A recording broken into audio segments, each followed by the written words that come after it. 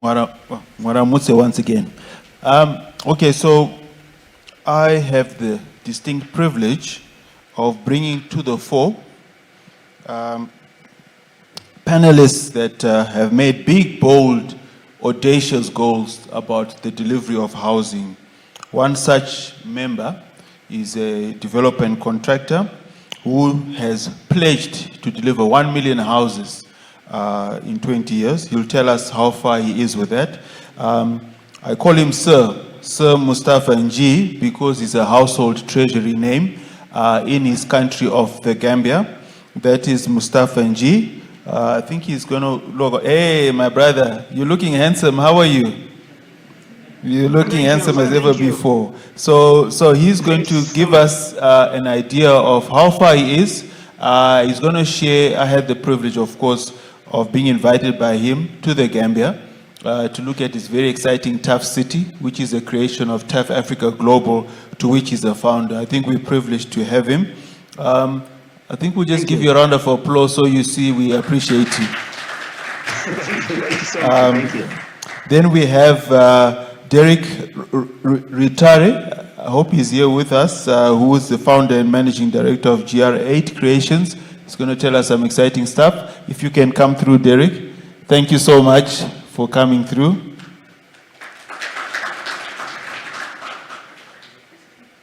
Yeah, you can sit. Yeah. No, it's not free sitting. You have to pay to be a member. Is he a member? He has to be. I don't think you can sit. You're not a member of. You can tell with his hair that innovation is top of mind. I wish I could do that, but I have no hair anymore. Thanks to life. Okay. And then we also have a friend of mine, Mr. Solman Eid, who's the chairman of ADHI Rwanda and ADHI Corporate. Very, very passionate. He's going to give us an exciting presentation of all the innovation that he is creating. He's a trendsetter in his regard. Chief Solomon, can you please join us? Thank you. Let's give him a round of applause. Thank you very much. Thank you so much. Thank you. If you can sit there, my African brother from an African mother, if you can just sit there. That seat was for Sir Mustafa Nji, so he's with us in spirit, but I know he's in the beautiful city of the Gambia. So, without any further delay, I think one of the things we are not so good with as Africans is timekeeping. That's a true story, by the way, timekeeping. Now, I've been given 45 minutes, which means each presenter has to respect 15 minutes of his time. And then if there's questions, we'll ask Charles if there's time. Otherwise, you can send them to the Secretariat and we can respond appropriately. So, Sir Mustafa Nji, can we hand over to you so that you can take us through the exciting projects that you've planned for Africa and also give us a reflection of where you are with your vision of building 1 million homes. And I think we'll very much appreciate it. So we'll just give you a round of applause. I hope you can hear us from there. I can. And we just hand over to you. The tech team, please make sure that the volume is clear. Over to Sir Mustafa Nji. Well, thank you very much, Andrew. As I sent you a message this week. Just check you're not on mute. I really need the IT guys to not to mess up with this legend's presentation. Are we on? I am on. I can hear you. I don't know whether you can hear me. Kasha, who's in charge of the tech side? We just want to make sure he's got volume. And is it Mari? Okay. Can I go on? I can hear you very well. Can you hear me? Oh, we can't even hear him. Sorry, Brother Mustafa. We can't pick up any volume. I can hear you. I can hear you. Let me. All right. So if you can indulge us, Mustafa, they want to sort out the technical hitches. We can go to the other presentations and then come back to you once they've sorted it out. My sincere apologies. All right. So, Derek, I don't know if you have a presentation, but we are here to discuss effective models for scale delivery, the delivery of large-scale, low-cost but quality housing.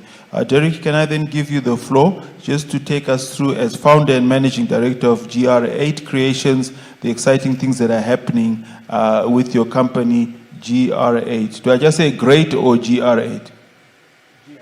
GR8. So it's a pleasure, Derek, over to you. Thank you.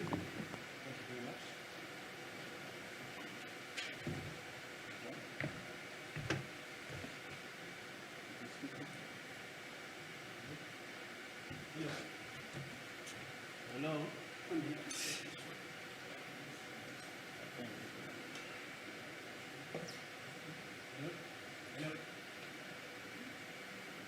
very much.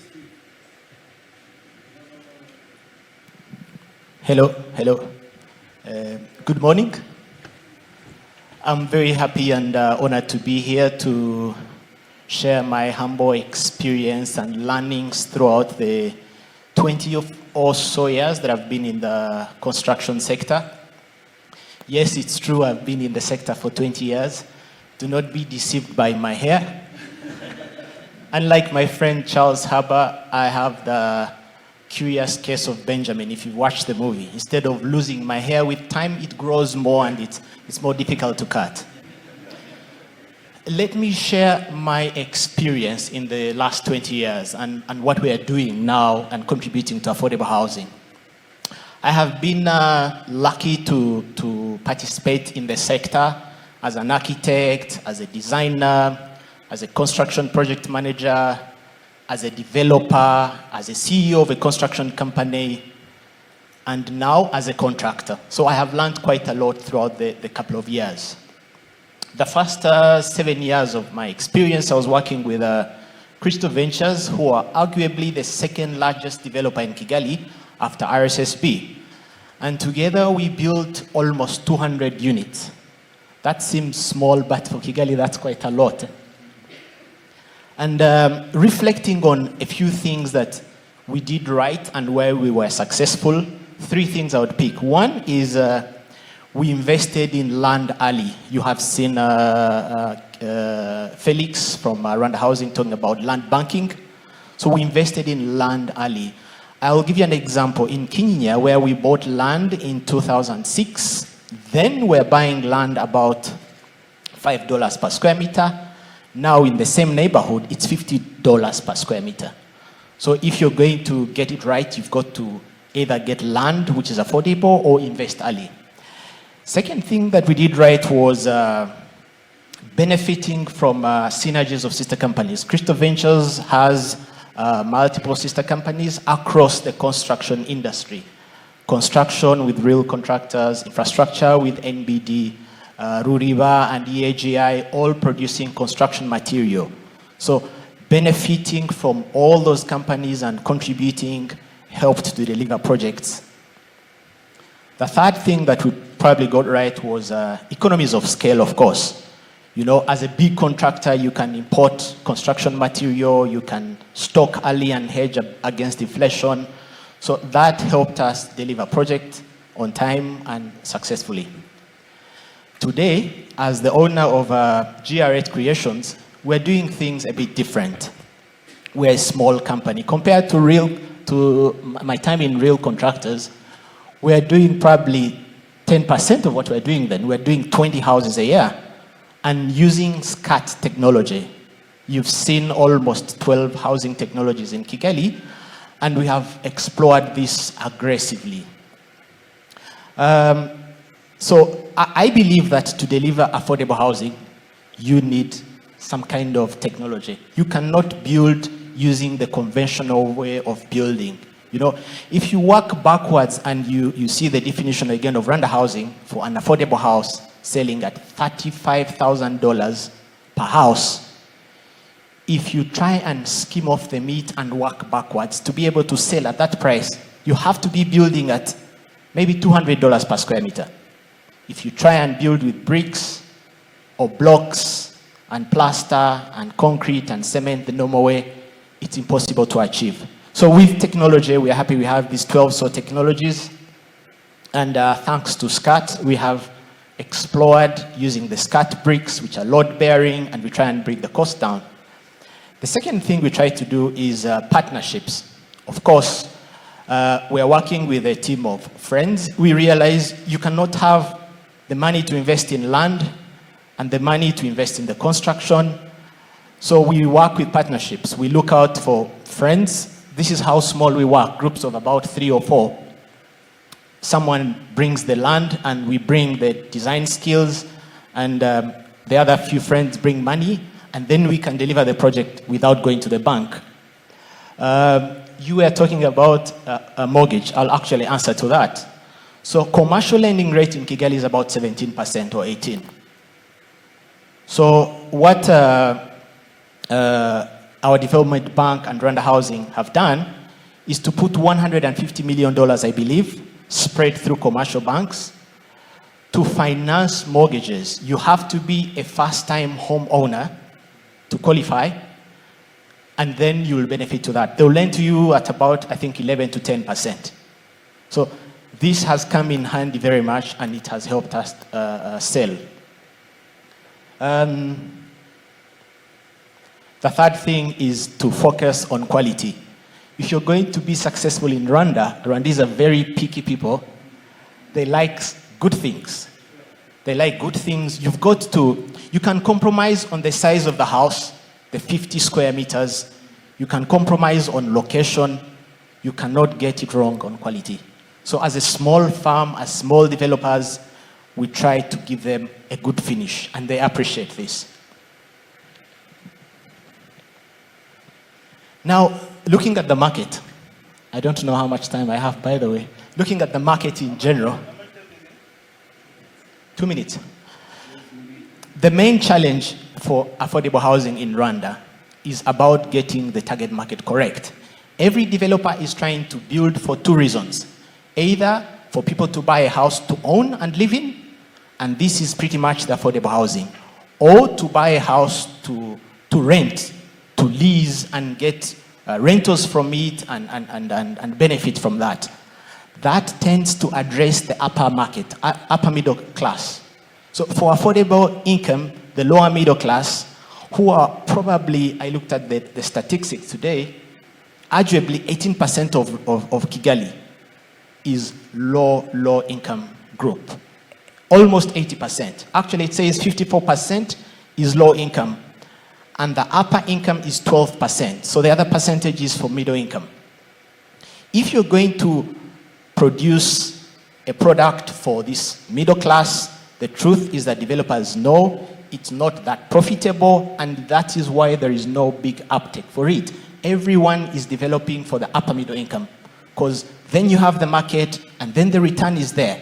So you need a serious mind shift. You need a stakeholder engagement to provide houses for the lower middle income.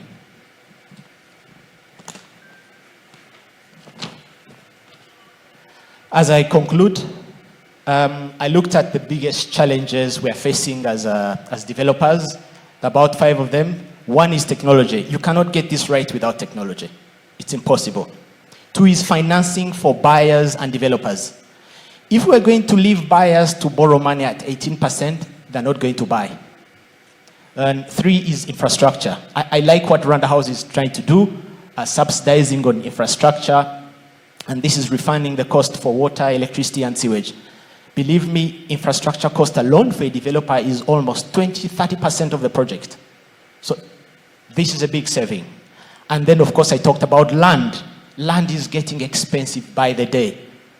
Tenfold for the last 5 years for Kinyinya. And lastly, I'll conclude with my fears and my take-homes. My biggest fear is that as we see the rush for affordable housing, we will get developers who are producing subsidized housing. Because the truth is that people want shelter. The demand for shelter is so much. We have to find a way of maintaining the quality of this product. You don't subsidize by compromising on quality. 2 is working with small developers. Again, from the presentation of Rwanda Housing, saying that you have to develop 100 units. That translates to an investment of almost $2.5 million.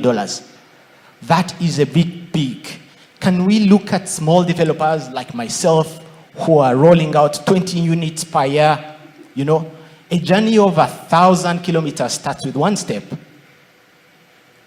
And then we need to expedite disbursements of these mortgages.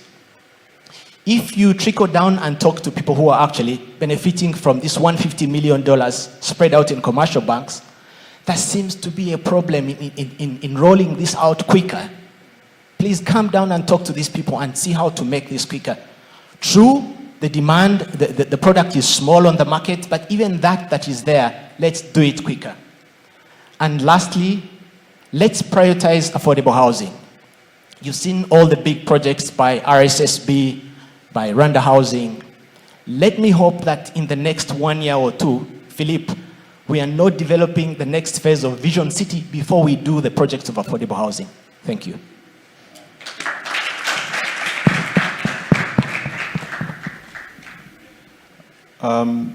Mr.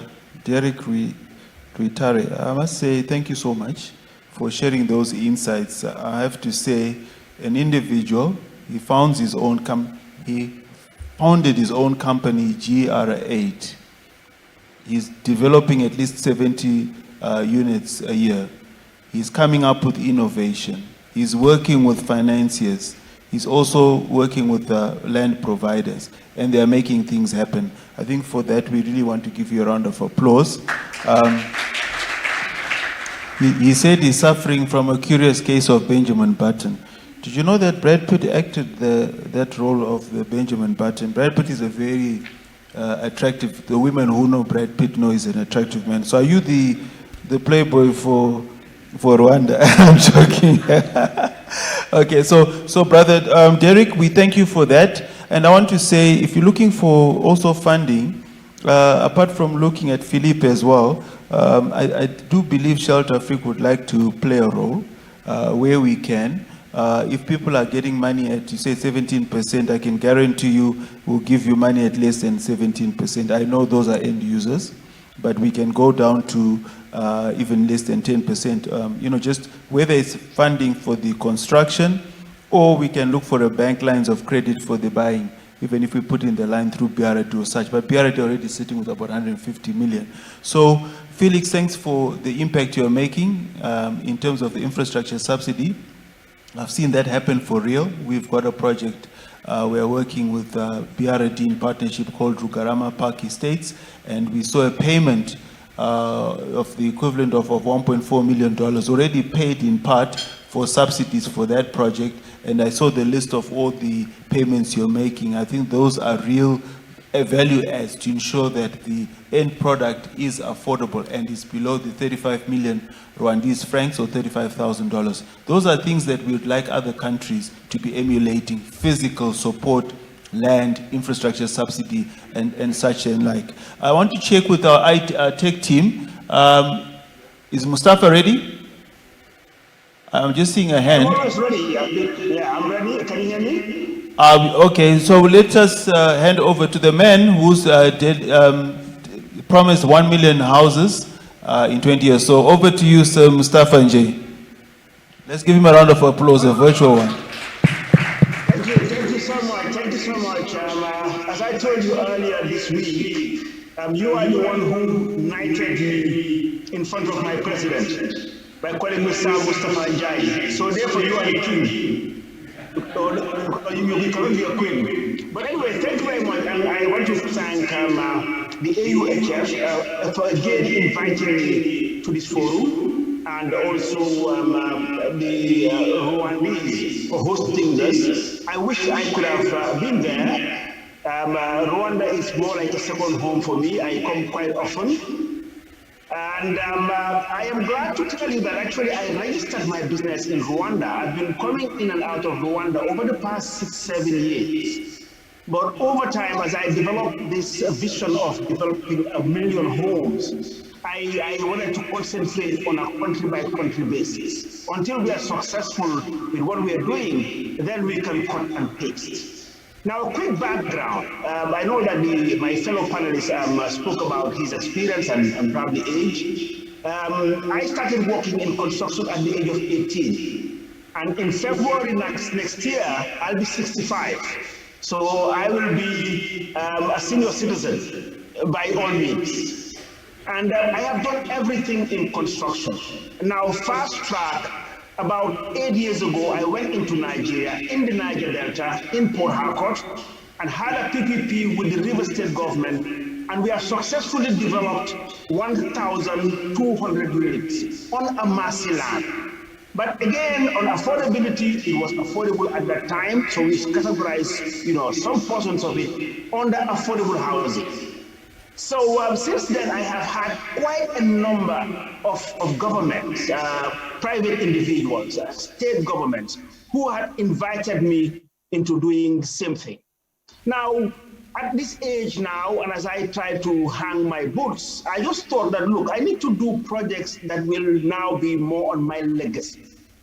So again, as we all know, in Africa in general, I think on affordable housing, we're not bold enough to build in numbers.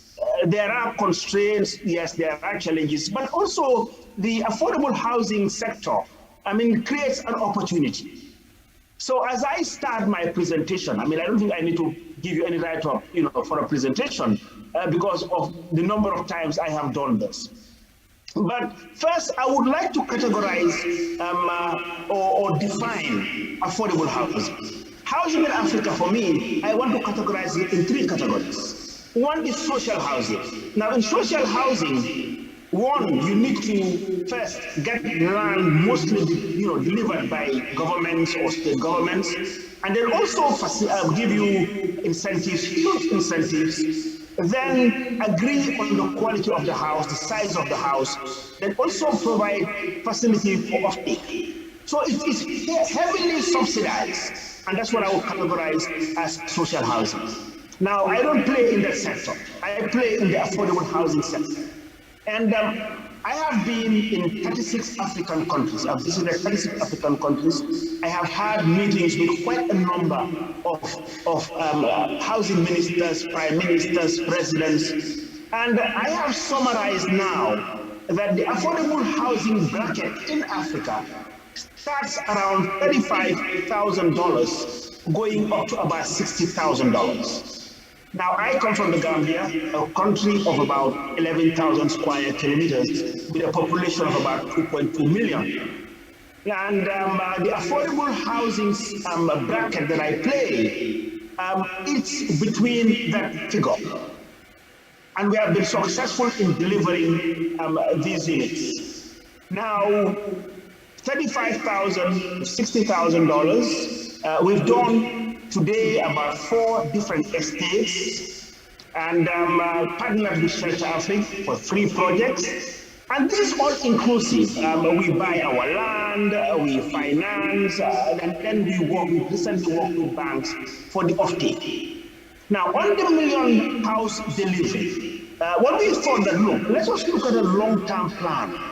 Because in Africa, the problem that I have had is that every government that comes in, on a political circle, have their own policies, their own priorities, and things change. But as a developer, as an entrepreneur, I thought that, look, why don't I look at a 20-year vision, a 20-year plan? So then I declared, after a careful study, that we want to develop 1 million homes over the next 20 years. Now, there's no better place to start than home. So at home, we have started what we call the Tough City, as you can see in my background. The Tough City is a development of 500 hectares. Obviously, you can imagine a country with a land size of 11,700 square kilometers. 500 hectares is a lot. And I think even in Africa, for a private developer to develop 500 hectares is a lot. In Gambia, the way I market it to make people understand the size is that this new city, it is Tough City, it's twice the size of our capital city. So that tells you the size. Now, in it, we try to address our challenges. For me, one of the biggest challenges is land acquisition. So I moved away over the past 4 years, away from the capital city, in a completely green area where land is affordable. Again, you can say land banking, to be able to buy slowly without people realizing that it was my intention to make sure I get this land, under my purview. So this was done. We've acquired all the land. Construction finance for me is not the issue.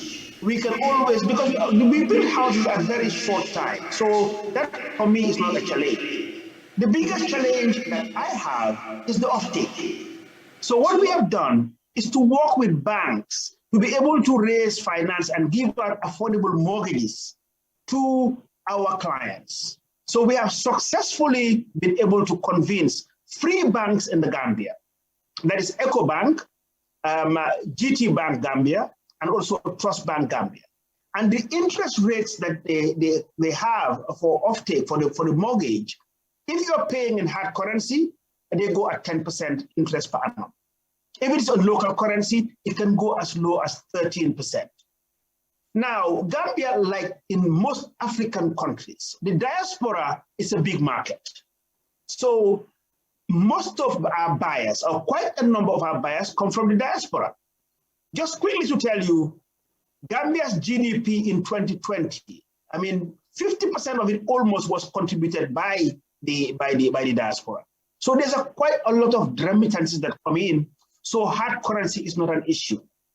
Now, focusing more on the tough city, another challenge that I find to exist when you do this type of development is that we only focus on housing, residential housing.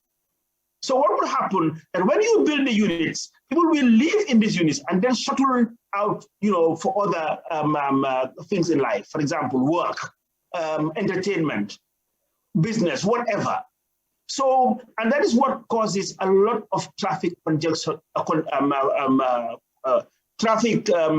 congestion in Africa, in most African cities.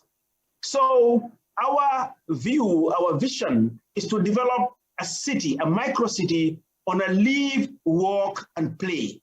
So people don't leave the city that much. So everything that you do, you will be able to do it within the city. So we have different sections. I mean, in the main entrance by the road, which is only about maximum 45 minutes drive from the airport. That's the commercial area. So in the commercial area, we can be accessed by the neighborhood.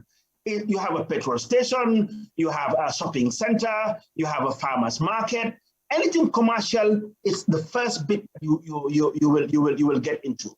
Then the second layer, there you have police stations, other services, police stations, admin block, fire stations, mixed-use warehouses, and so on. Now, the third bracket is an educational bracket. And in the educational bracket, what you have there is a primary school, a creche, a high school, a university, and also a vocational training college. Then you have the student accommodation there. Now, the residential then goes back. The reason why it is called a city is that we have several estates in there. And in the first phase of 145 hectares, we're building 7 different estates there. So security, services is all taken into consideration. So what we do is to enter the residential area, you have to go through some security by just swiping your card. So you go through that for all the residential area, and then every individual estate, they have to be controlled. So our first phase, at the very first estate within the first phase, is the Benna estate. Benna means one in one of our local languages, Wolof. And we're starting with about 60 units. Now, these 60 units will be completed within 1 year. So within 1 year, we sell off plan, obviously, because we've got a trusted brand, and people go and raise their mortgage. So far, the project was launched about less than 2 months ago. we have a commitment of half of the project, of the properties. So we walk in there, and then within the next 9 months, maximum 1 year, all the houses should be built ready for occupancy. Obviously, we look at the other services. So the petrol station with the convenience store will be finished. So people living there will be able to access this. It is a smart city. So we are putting in all our fiber optic cables. We are working with the main telecommunication network. And then also, it's because it's smart and green, most of our power is generated through solar.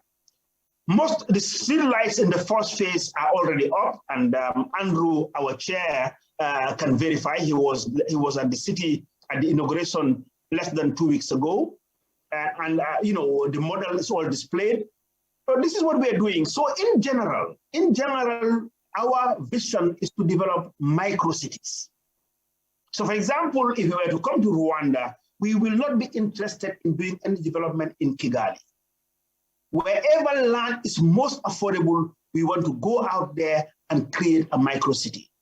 I want to announce, for example, in Sierra Leone, I have already signed an MOU with the Sierra Leonean government to develop a 6,000 hectare, you know, in total of different micro cities. We are starting with the western area, where we've started the land survey. We're tidying up all the paperwork. And again, as I said, it's just a cut and paste. In Gambia, we have no doubt whatsoever, and it has been proven, you know, that, you know, it can be done and it will be done. Now, challenges that we have, and again, across Africa, is manpower. And what we try to do, we've set up our own technical training institute. And we try to train the youth on hands-on to be able to earn a trade. So, because that is something that we found to be a major challenge. When we were developing our project in Nigeria, we had to move 400 Gambians and Senegalese when it came to the finishes. We found it as a big challenge to be able to get those people who will do all the part of Paris, the POP, the tiling, plumbing, electrical, and so on. So in order to be able to achieve this target, we need to address human capacity, technical human capacity. So we're addressing it by having our own technical training college where we train our workforce and retain them.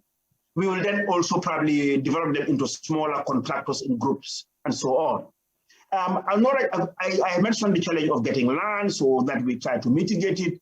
Wherever the government has the land, we will partner with them on a PPP basis. Otherwise, when we buy land, we will buy, you know, in places where it is affordable. So finance, we have signed an MOU with Shelter Afrique. This was done about almost 2 years ago, to be our financial partner. So when it comes to equity and then construction finance, we have brands like Shelter Afrique that accompany us. Recently also, we signed an MOU with UN Habitat as a partner, because the more you have the players on, then the stronger the brand. The Afri-Exim Bank are very interested, and they are interested in the industrial park of our development. Because in our development also, we have an industrial park. We're also looking at the agricultural value chain, just to retain residents within our micro cities. So we have the Afri-Exim Bank is interested in both equity and finance in our development.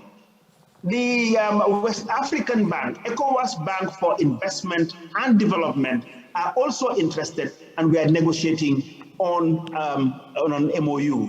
So if I summarize, I've been timing myself. I think I've done about 10 minutes, but because we're running late, and probably we can be more interactive when the questions come up.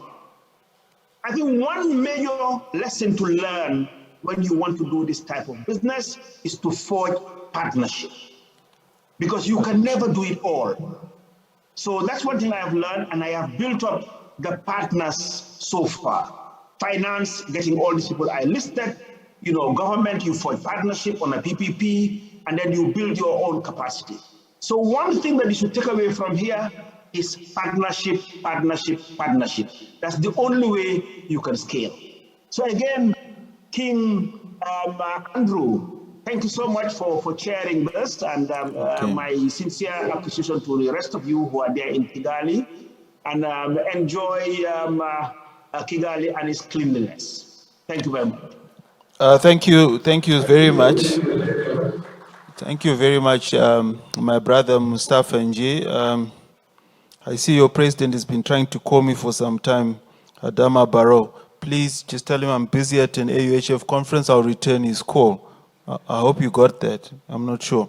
Okay, so as we move forward, Mr. Mustafa Nji also has a YouTube channel. Please subscribe. You know how to subscribe. It's called the Tough Hub. And if you want to know about the micro city, it's in Tough Hub episode 12. I was just Googling it here on YouTube. But he's on, I think, Tough Hub episode 14. So I think let's look at it. Let's embrace the learnings. You may or may not know that Mr. Mustafa Nji is like, if he was in the UK, they'd call him Sir Mustafa. So it's a privilege for us to have him talk to us here today. It's just that he's humble, but he's achieved a lot of things in the Gambia, in Nigeria, in 8 African countries. That's why we as Shelter Africa are proud to be a funding partner of 3 of his projects. And I'm still waiting for the application for Tough City, but as a funder, we shouldn't ask you for your application. We'll wait for it to come through. Thank you, Mr. Mustafa. We'll pick up on you again when questions come through. Is that fine? Thank you so much. Thank you. I'm here. I'm waiting. Oh, okay, so please stay on, because we have someone who says he wants to challenge you on the development of 1 million houses for Africa, called my brother, Mr. Sulman Eid. Mr. Sulman, mashallah, will deliver that challenge. So hopefully, inshallah, that he will show us how it's done. He's going to take us through a short presentation. Ladies and gentlemen, let me apologize first for the time overrun, but we are rounding up now. This is really the heart of affordable housing, the delivery of the units, not the talking about the delivery, but the actual delivery of the units, which then kickstarts the mortgage lending. So before we get to our good friend Suleiman, just a key fact note that for me to pay for my ticket. Now, the CAF 2021 yearbook says that the mortgage penetration in Rwanda is 3.25%. This is the ratio of mortgages to GDP, 3.25%. In developed countries, it's about 60% or so. South Africa has got probably the highest mortgage penetration, maybe 20-30. So we're on 3.25%, shows you the opportunity. That is a fact. I know you don't have your booklet yet, but I was the second to receive it after the Honorable Minister. So you have to take my word for it. So without any further delay, I hand over to yours truly, Suleiman Eid. Over to you, sir.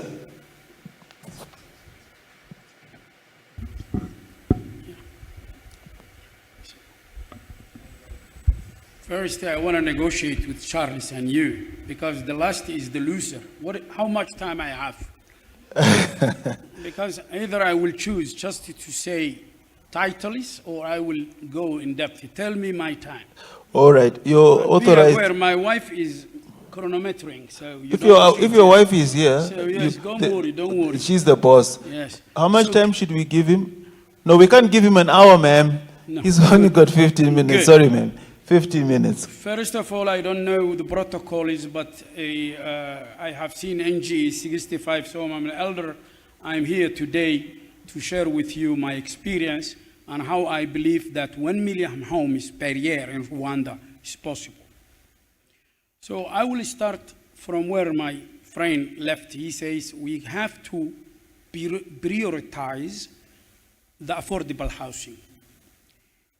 We are saying we can shift priorities. We arrived in our solution that I will come later to explain you, that our solution is covering between 11 and 14 of the Sustainable Development Goals.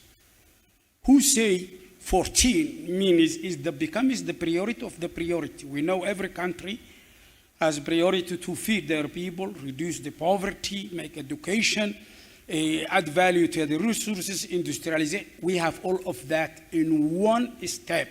And if that doesn't make priority, then I don't know what can make priority. Second is, can we build every year 1 million houses affordable? Yes. Not only, we can build green, sustainable, smart, and with wellness. When I say green and sustainable, it became a slogan for everyone. I have seen some building here, they are pouring concrete, and every day you see 5 trucks and they say green. I don't know. I am talking about certified, quantifiable, with quantifiable carbon credit. We are working with EDGE. Who doesn't know? EDGE is IFC branch for certification. I was surprised when I brought to them, my lead point is when I brought to them to European Council party, they take into account and they have externally audited. Why is important that? If the urbanization of Africa will look like the one of China and India, who are number 1 and number 3, then disaster is around the tree in Africa, we say, I don't want to say around the world. And the rich country now, they are not only concerned, they are also interested. They are interested because they cannot make changes. They would like to buy, increase. In America, they say to us, if you have certifiable a carbon credit, we will buy. The price they are thinking to bring $50 and that. That will allow to the government and authority to access a very cheap money. I have seen the first of the climate change funds that Rwanda, I have seen 30 years repay time, 1.75, 2.75 interest rates, and 6 years grace. This is the part that I like it. 6 years grace means you can develop and move the people, and that will be added. The subsidy the government gave, I will call them equity. That equity plus that new wealth will create a new tax base that is not touching the government budget because it's a new tax base for tax property. But when you also make green and with quantifiable carbon credit, and especially smart, where you reduce the water, you reduce the water consumption, you reduce the electricity consumption, you have a highly insulated houses. We have 1,500 times more insulated houses. We have ventilation. So when you succeed to that, I will come after how, but then it means that your saving will cover the tax, the property tax. And the government with the new property tax will pay the loan because on 30 years it's easier. So the people say how you achieve that. First of all, we would like to achieve from A to Z, from the land development, because affordable starts by affordable landlords and affordable rentals. If you give affordable rental in the downtown, the young man will save the commuting cost, and he will save time. He was losing between changing motors and buses. And that time he can also dedicate for education to increase his revenue. And he will have a saving finally that they don't have today, and that will be the down payment for the mortgage to also attract the bankers. I was sitting next to them, so everybody has to have some equity to reduce the risk. Innovation, innovation, innovation. I'm surprised. In Africa, we doesn't need innovation. We don't need innovation. All the innovation has came to Africa for the last 30 years. Every innovation we tried up to 70%, we find one default and we stop it on the side.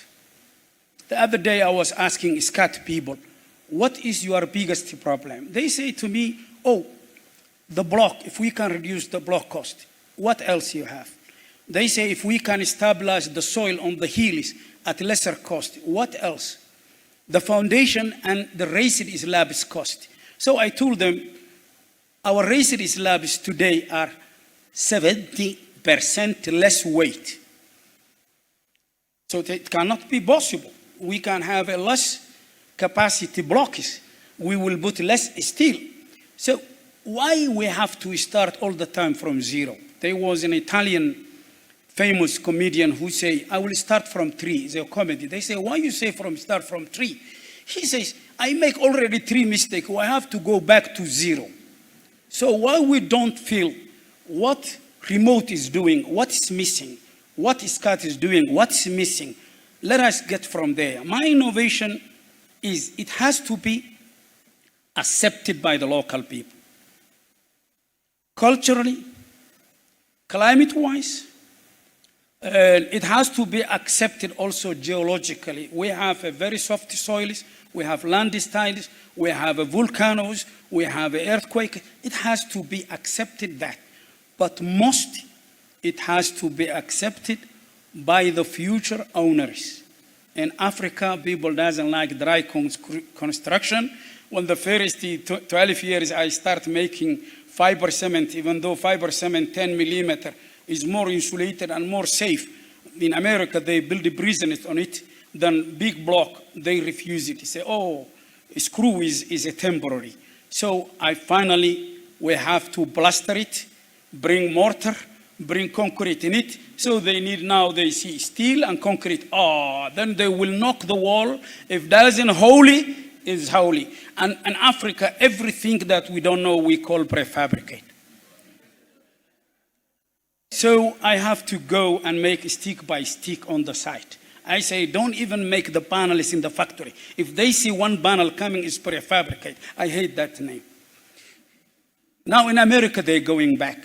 You know, I am not as good as Mustafa Inji, but I can deliver 1 million homes every year here in Rwanda by training 40,000 Rwandans.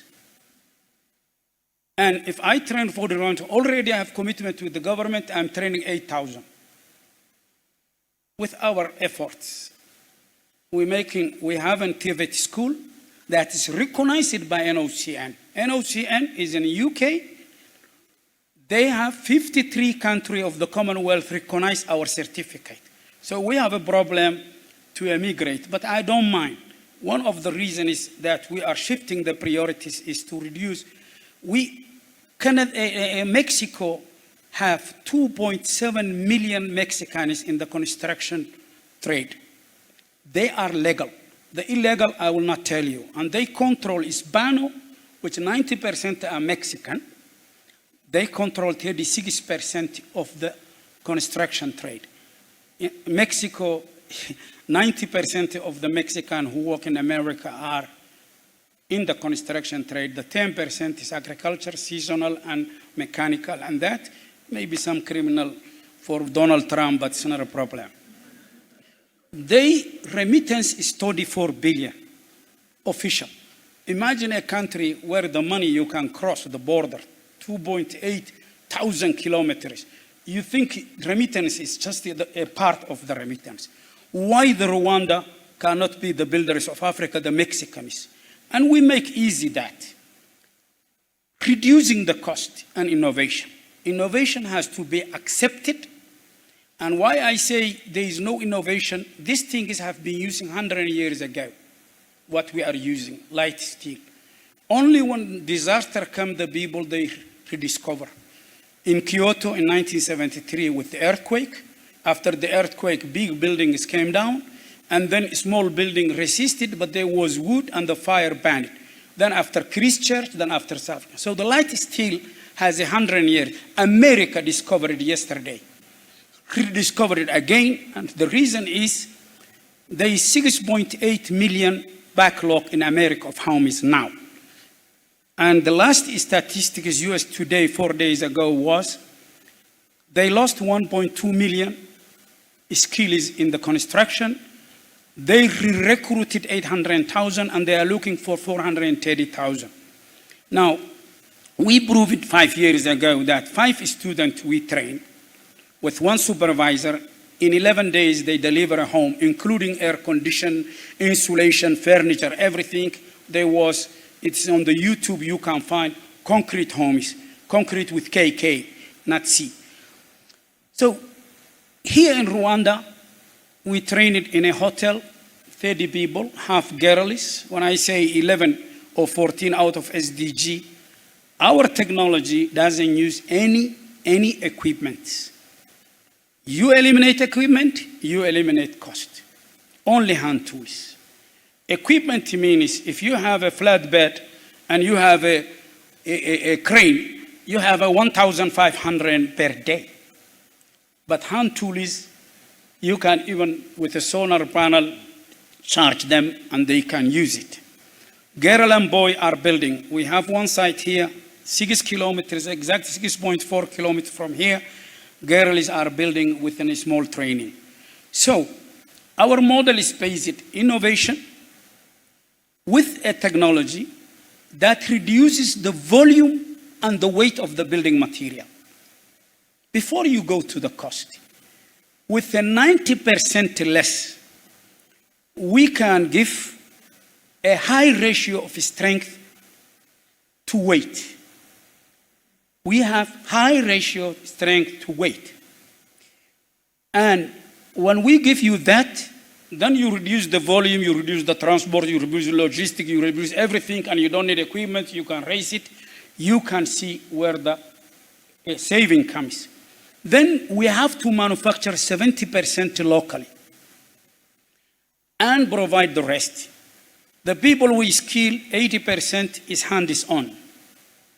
20% is theory. And one of the part of the 20% is we are initiating to entrepreneurship, giving them all the reasons a startup fails. In America, we say any startup, 90% they fail in 1 year, then another 10% in second year. But if you survive the third year, you have a more chance to survive. And why is that? Accounting, legal, financing, logistic, management. We give all that on a franchise basis. So our solution is to give the people the skills and the entrepreneurship and give them. And this model is not only for us, it's a model for every geographical area. You need to put one system. A company who started in 2019 in America, a month ago, they raised 100 million because everybody thinks that in California, the governor win the election to supply 171,000 homes for the homeless. They decided on a light steel framing.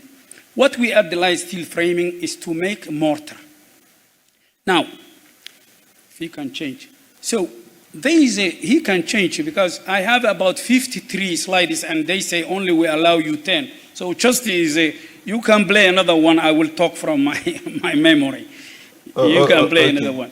Anyway, can you change this slide? Can you change and as because I want to show you this. Solomon will need to be rounding up as you are changing. Yes. But also I want to encourage those here.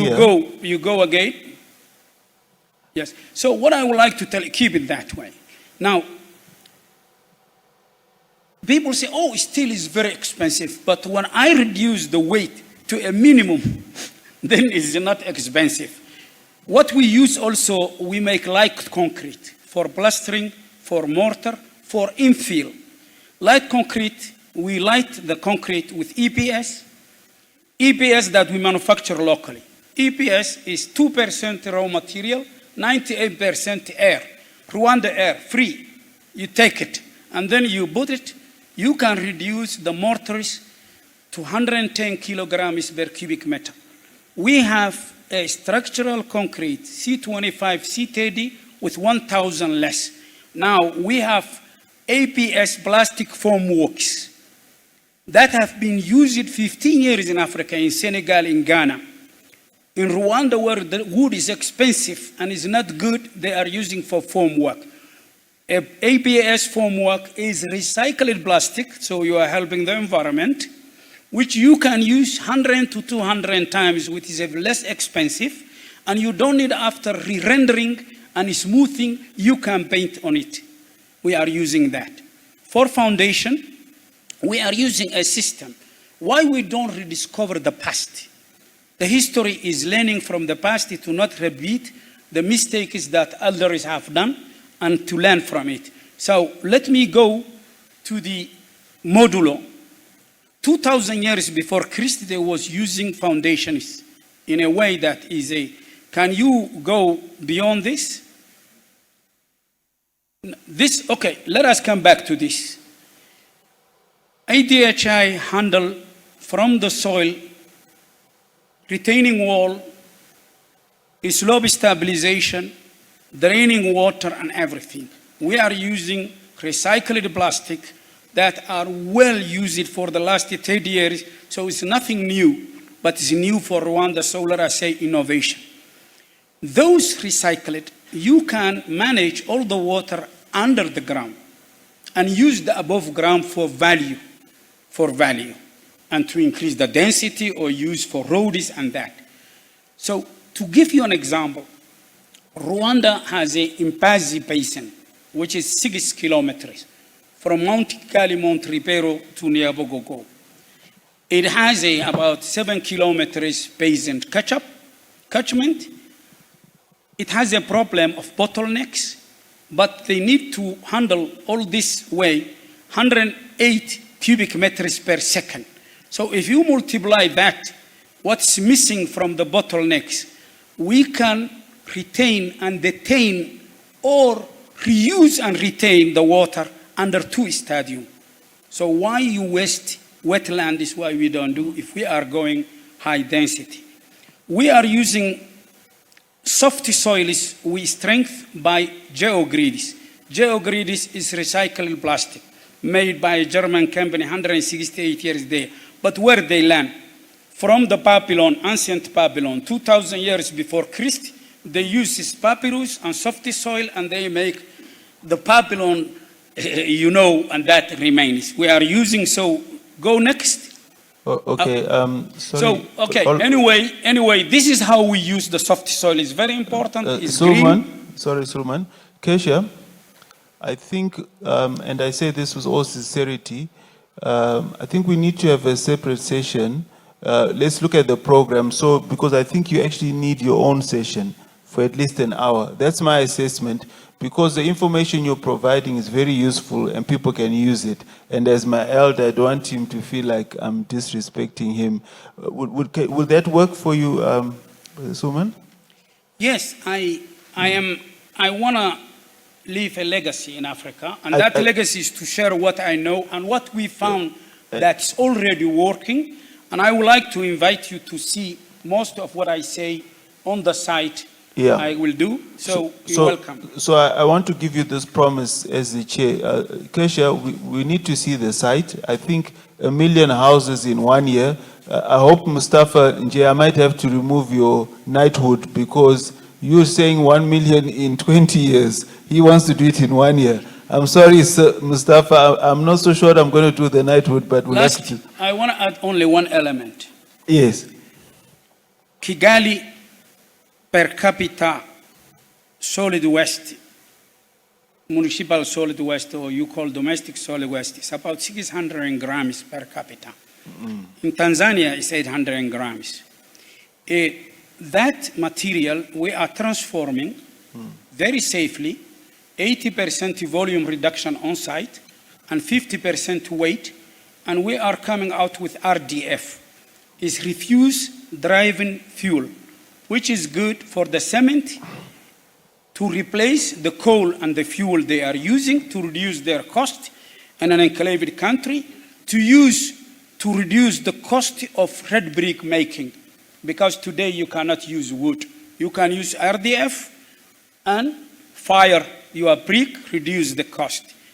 Why is that important, that waste is wealth, from waste to wealth? Is because the RDF has 36 megajoule per kilogram, 80% of 1 liter of diesel.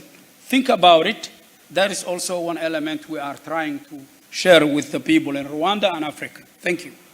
Thank you. I think let's give him a round of applause. I have to say your technical know-how is very impressive. I have to say the details that you go into, and I want to encourage other countries within Africa, when we go and we view what you're doing, let's see what we can replicate, and if you can come and also teach, I think that is the future, and how we work together. I see I'm looking for Charles. We've run out of time. Was there anyone with a burning question for Sir Mustafa? And I might just have to knight Suman. Derek, you see, you're talking 70 a year. 70 guys are doing 1 million. I'm just saying. Don't worry about it. So what I want to say is, are there any burning questions before we conclude? We've got Sir Mustafa Nji in the Gambia. We've got Alaji Eid here. We've got also my brother Derek here doing a lot of exciting stuff. All right, we've got one question. Do we have another roving mic? You see, with COVID, I should be spraying this mic, so it's at your own risk, Drew. Okay. Do we have a spray? We need a spray now. That's the liquid. Anyway, just do it for the passion of affordable housing. So, thank you. My name is Abdurrahman Ahmed. I'm an architect. I'm here in Rwanda from 2016. We manage a company called Belleville Group. It's a company in the real estate and engineering services and construction.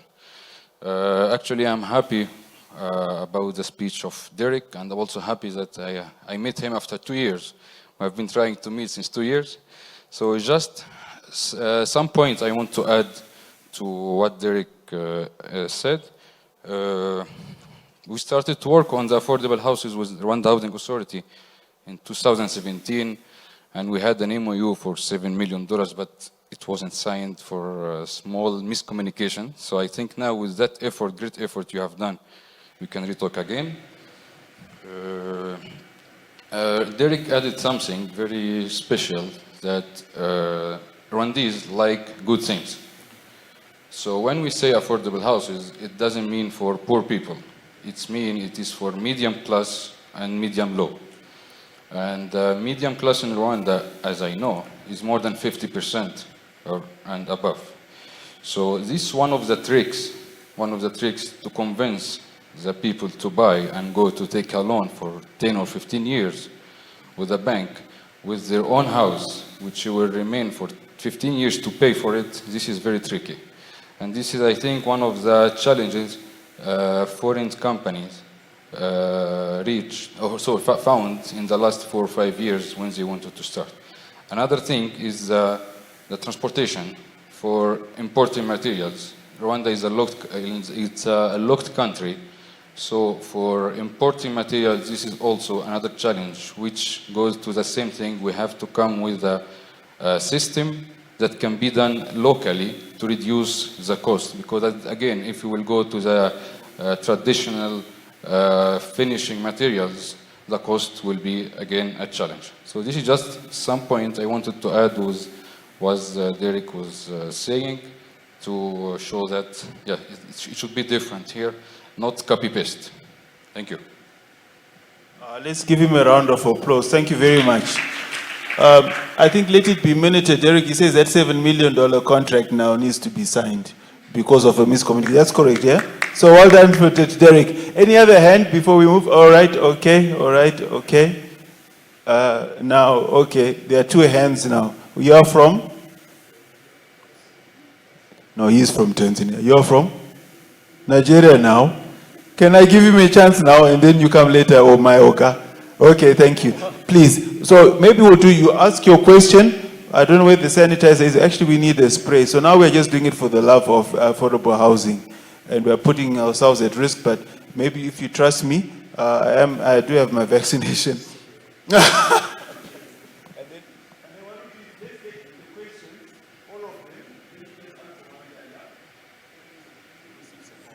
Good afternoon. My name is Alex Temu from Chora Architecture and Design. We're based in Dar es Salaam. So far, listening to the discussions, it was nice to hear a bit about some building systems, the issues with the finance and the mentality. But one thing that raises up when we're talking about building thousands of units and affordability is that do we have any research to back up the human skill and the requirements of the citizens? Because this is about bringing in a lot of systems, I would believe, that do not relate just to the delivery, but also the uptake and how we're going to bring so many models together, considering we're living in a very changing environment, in a changing world, where we can actually accrue and offset revenues and incomes in different ways that can aid to get development up. But first of all, do we have the data that we understand what the actual population requires and the trajectory of where they're going to be heading? Or are we just building projects because we think somebody needs to live under a certain type of roof? So I think there's a lot more of a discussion where there's anthropology, sociology, economics, and systems that are created for us that relate with education other than just rolling out thousands and thousands of units. I think we've seen enough white elephant estates that have been built with a lot of money that nobody has asked the actual end user, what is it that we're aiming to achieve? Because principally, a lot of it is about getting people, to a good economic level. Our goal is to get them skilled so that they are part of the economic base, so that they can afford to get the shelter that they want. And this is a question that I'd like to put to the panel, or as a discussion to all of us, really, because we may have segments, but then how do we create a closed loop system? Thank you. It's Alex, yeah? Alex, you said you're from Tanzania. I thought you were from New York City in the America or something, the way you're speaking. You're English also, you're from the UK, but you're Tanzanian. Thank you for coming back to Africa, my brother. So I think we're just going to have a free flow on who's going to answer that question. I think it is a very valid question, and we might even have a longer discussion. Let me come to my brother here. Thank you so much. If you can ask your question from the Famous Family Homes Fund. Thank you. Yeah, good afternoon all. My name is Musa Shaibu Mukhtar from Family Homes Fund, Nigeria. So actually, sir, I would like to say thanks for being here, and I'm really happy to interact with all of you here. My question or my observation is going toward Mr. Burhan. Having heard him explaining his effort in trying to bring in like innovation and design and technology to help mitigate some challenges facing the affordability delivery of the housing in Rwanda. So what I would like to ask you is that how are you coping or how are you managing the situation whereby if you want to try to change people or to change an environment, it's not an easy task to like ask people to leave what they have been doing for quite a long period of time to a new maybe phase or new system. To be frank, resistance is quite really considerable here, because I have went through some course change and culture. Culture and changes are very, very, very important and very considerable when we are trying to bring something new. Like in my country, what we have said, of course, we have been using bricks, mortar, and concrete for quite a long period of time. But to be frank, we are also looking to see how we can improve the delivery process of our projects in order to cater or in order to mitigate the cost of providing affordability houses due to volatile economic issues we are facing in the country. So, sir, I would like to share it with you and also my chairman of Shelter Africa, that we need Mr. Burhan, if he has some document on this innovation, so that he can try to publish it so that we can maybe have a look of the process from step 1 up to maybe final stage in order to see how we can cooperate it in Nigeria and also the other African countries. And I'm really thanking him and commending him for this effort, because I can see that he has a zeal, he has, very courageous in doing what he's doing. That is one of the success criteria for success in anything. Thank you very much, Mr. Burhan, and I'm really happy to be with you. Maybe I'll see you later. Okay, thank you. You will see him later. I think we will answer those questions. We'll ask Mustafa to start. Then Derek, you pick up maybe the one from Alex. Thanks, Alex. And then Musa can also then pick up the one from my brother Musa. When we ask questions, we shouldn't produce theses. We shouldn't start a new presentation. We must just go straight to the question. Is that fine? Thank you, my brother. I thought I stand next to you because we are wearing the same hat from the same shop in Lagos, Nigeria. Thank you. Do you want to ask your question quickly? And then we just go into answering. Thank you so much, Musa. And then Family Homes Fund. But did you see that contract for $10 million for Family Homes Fund? You are laughing. You don't want to sign the contract for housing. Okay, my brother, please, if you can proceed, this is the last question, and then we'll hand over to the presenters. Yeah, thank you. I'm Sabit Spencer from Stanbic Properties in Uganda. I want just to put forward my question at any of the presenters. You've had a good presentation on affordable housing, and I see all the focus has been on reducing the interest rates. But there is no one who is actually talking about on how we can pursue government to reduce or give tax incentives on construction materials, key construction materials like steel and cement. Thank you. Fantastic. So I think let's proceed to answer. Maybe Mustafa, please, if you can start, and Derek, then we can close with my brother Alaji Eid. Thank you. Mustafa? Andrew, I think I will just give the opportunity to my fellow panelists, since they're sitting there, to respond. I will say a big thank you to everybody. Oh, okay. And then also if you can give us, was that a clap? Yes. Wow, okay, that's a clap to show that you understand time management, so Mustafa. Derek, if you can then respond, and then we close with my brother Eid, and apologies to everybody, we've run out of time. We'll try and keep it to the time in the next sessions. Please, Derek. Thank you. First of all, I want to say again a big thank you to the organizers and the panel. It's been humbling sitting with these incredibly knowledgeable old men, Suleiman and Mustafa. What I like about construction is that we never stop learning. I almost got my notebook to take notes when Suleiman was sharing his technology. So thank you. I'll start with the gentleman from Kampala. Yes, we have government incentives here. I think they mentioned it, the Minister Gatete and the gentleman from Rwanda Housing, about infrastructure. Believe me, having incentives to developers and infrastructure is taking out almost 40% of your costs. That is quite huge. Then, my friend from Tanzania, you talked about research on exactly what people want. You know, it's very interesting. I agree with you. But the truth is, the thing that people want most now is shelter. Shelter which is pocket friendly. You know, I'll share briefly about the experience of City of Kigali. When they did expropriation and resettlement about 10 years ago, they got people from slums and took them to another place which seemed out of Kigali, Batsinda.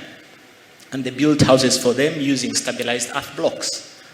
Today, that place is a proper town. It's a neighborhood.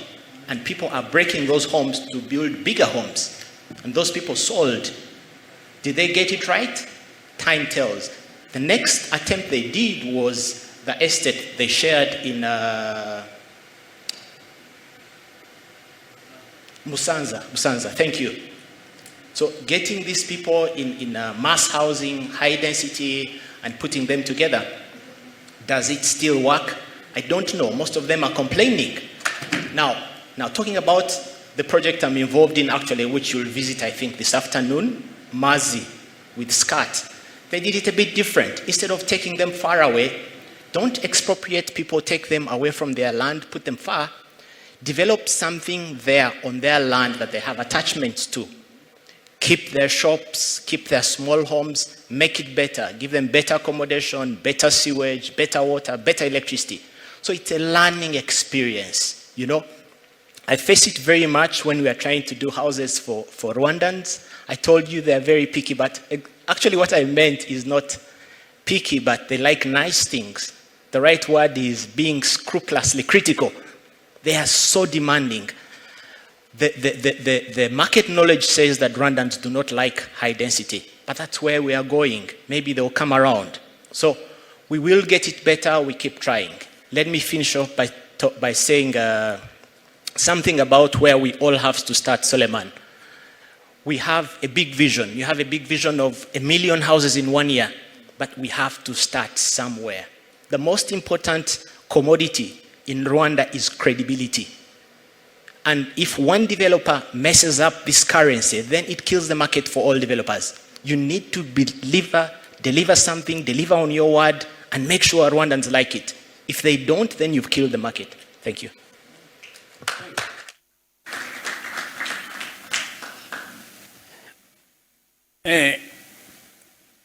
He say one thing right, but he doesn't know me because I kept secret what I'm doing here. Anyway, and the reason I kept secret is because all my friends who have done wonderful projects, they make publicity, and then for one small mistake they are paying. So nobody knows me. With the government, I signed 40,000 homes to build. I have a signature with the cabinet, 7,600 people to train, and nobody knows. I ask them no publicity, no money from outside, my family money. My wife is the signature. And until I deliver and the people like it, I don't exist. And that is to my friend Nigerian. I want to tell him, in Nigeria, they say, mouth can say, hand can do. What mouth can say, hand can do. So, walk the walk and don't talk the talk. Let's.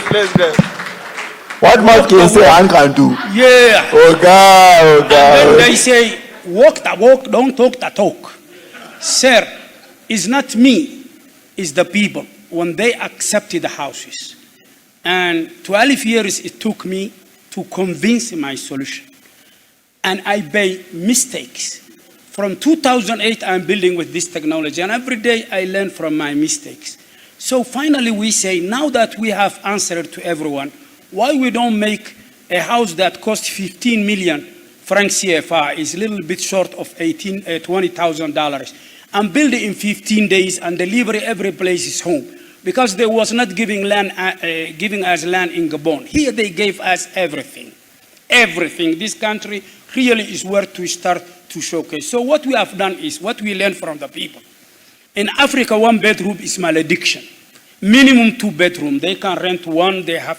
Your mother comes from the bush and she says, "Why? I will sit between you and your wife." Eh? No. So this is we learn from them. Second, we learn from them that house in Africa is not apartment, but Rwanda housing casing density. So we created houses on 3 levels. And sometimes because of the contour, it's easy. You can have access even for the basement.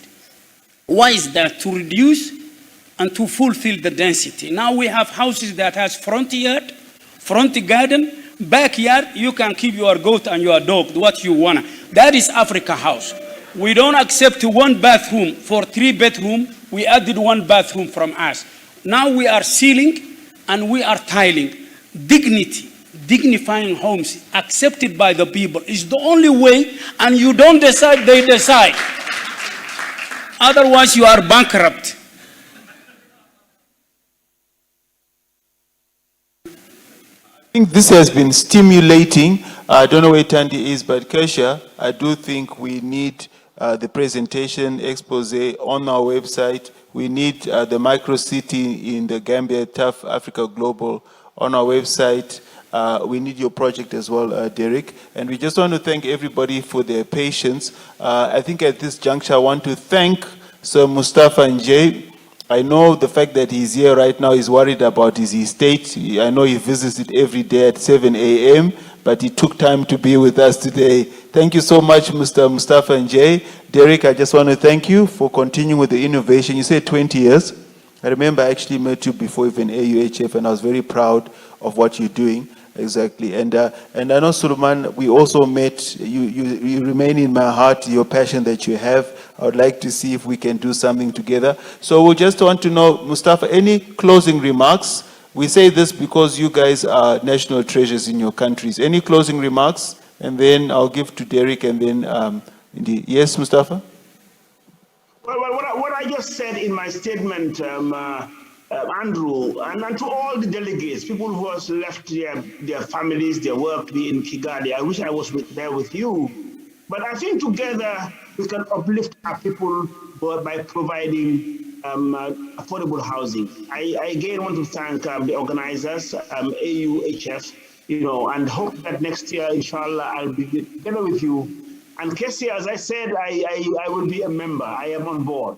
So thank you very much, and God bless you all. Thank you. We will follow through your membership. No one sits on this platform without being a member. So, Tandy, please make sure that form goes out. Derek, you need to join today for that 50% discount. I'm serious now. To join AUHF. Sure. Thank you. He's made a public commitment. Any closing remarks for you? Two things I would like to say. One is that effective business, I believe, is not about competition, but partnerships. Second is, look, we have to start somewhere. We are partners. Thank you. We can't change the past, it's done. But I believe we can change our future. And it's very timely that we're having this discussion and we are sharing experiences, practical examples, not just stories and statistics. Thank you. We need your membership, Alaji. I don't have a time in organizations. I am all the time on my side. You pay your subscription, we don't see you. Okay, my wife will check. Okay. The sign, yes. Tandy, please look for Mr. Eid's wife. Where's Tandy? Please give her the form they've agreed in front of public that they are going to be active members. And they don't ask me to fly and go around while I'm on my side. You will not be flying anyway. We just want to see your subscription money. Thank you. Please.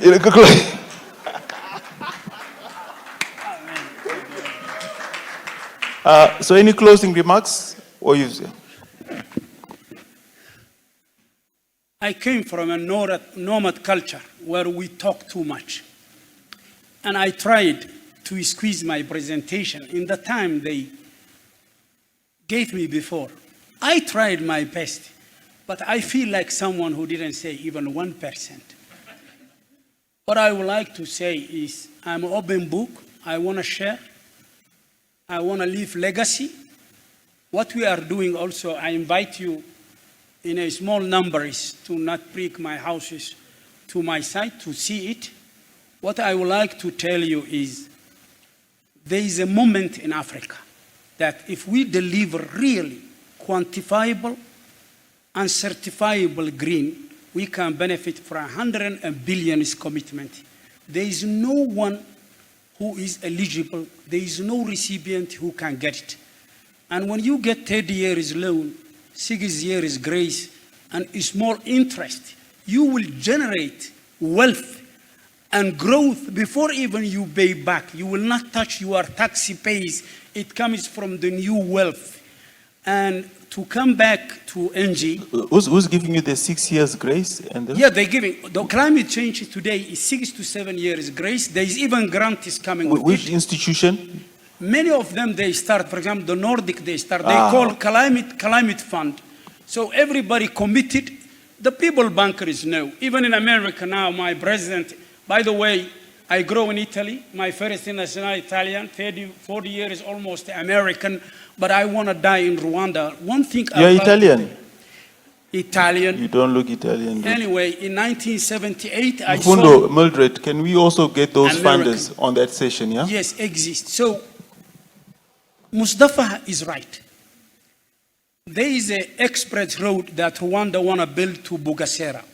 So I talk to some people and I say, why you don't use this road when you are making to develop 400 hectares you can put 20,000 homes?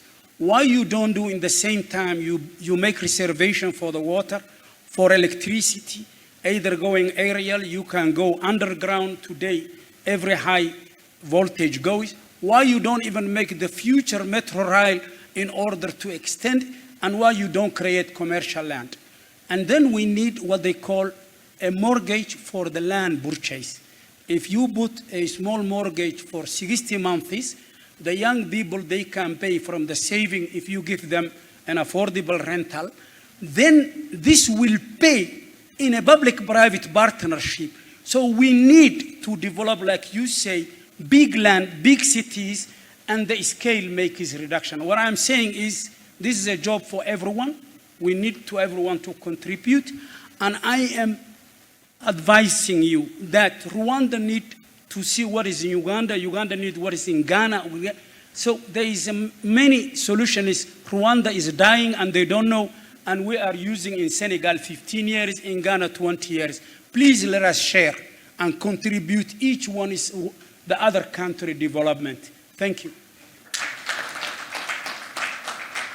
Thank you so much, Andrew, for a very, very animated session. Derek, my brother, thank you so much. Mzee Suleiman, you are moving encyclopedia. It's so painful to interrupt you, and we hope you will be with us for the next day or two so that we continue interacting with you, and the rest of the guys still want to borrow from your wealth of knowledge. Another round of applause for the good gentleman, and Mustafa, wherever you are, we want to welcome you so much. So,